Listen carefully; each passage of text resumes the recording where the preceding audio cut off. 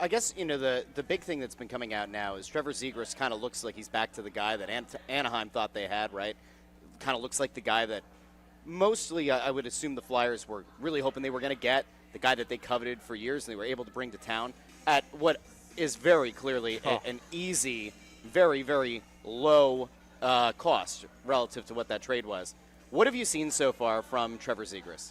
I mean, look, to buy that low on him is great work by Danny Briere and the group that put that whole deal together. Because the upside is enormous. He's under team control, so it's not like you got to roll up the bank truck and break the bank for him.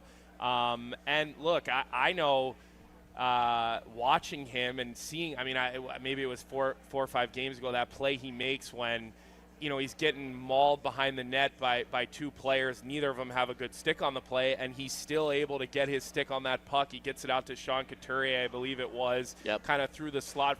Like, he makes plays below the goal line that really only Michkov was making last year probably. And I think he calls a lot of attention to himself because he possesses the puck, and I think that frees up his line mates. And, you get a guy who's lethal on the power play. Look, I think that so far, how could you really complain? And I know there was a lot of people who were upset about what happened last night and him kind of going into that pile. I think was Achari, I believe it was, and kind of taking that swing at him while he was down. And sure, I don't know, Bundy, you're pretty old school in your thoughts. I don't know how you felt about that, but I just thought seeing him fired up with that type of piss and vinegar, while I don't love the play, I still look at it and I go, the guy wants to be involved, and I think that's a good thing.